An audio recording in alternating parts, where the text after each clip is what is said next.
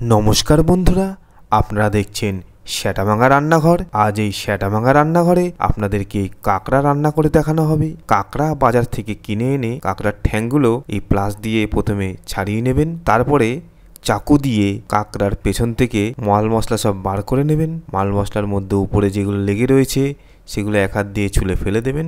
সাইডে যে গিলসগুলো রয়েছে এগুলো একটা একটা করে বেছে বেছে বার করে নেবেন। এইভাবেই প্রত্যেকটি কাঁকড়া আপনারা ছাড়িয়ে নেবেন। তারপরে চাকু দিয়ে মাঝখান থেকে দুভাগ করে দেবেন। এইভাবে জিনিসগুলি আলাদা আলাদা করার পর লবণ হলুদ দিয়ে এগুলোকে কিছুক্ষণ মাখিয়ে নেবেন।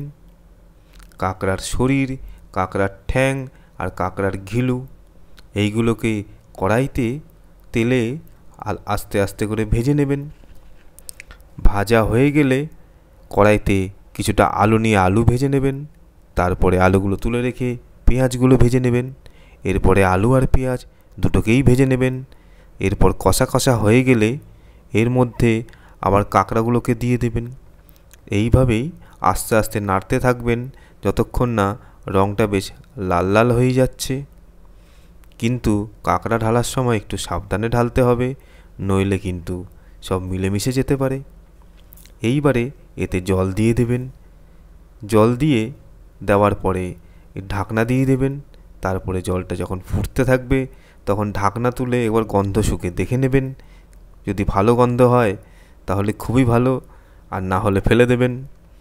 আমাদের কাঁকড়াটি এইভাবে তৈরি হয়ে গেল। এবার কাঁকড়াটি পাতে নিয়ে দিন, সবাই একে একে করে খেয়ে নিন আর খেয়ে বলুন যে কেমন লাগলো। ধন্যবাদ। এই ভিডিওটি যদি আপনাদের ভালো লেগে থাকে তাহলে দয়া করে লাইক করুন, কমেন্ট করুন এবং বন্ধুদের সাথে খুব বেশি বেশি করে শেয়ার করুন, যাতে আমরা এরকম আরও ভিডিও আপনাদের কাছে নিয়ে আসতে পারি।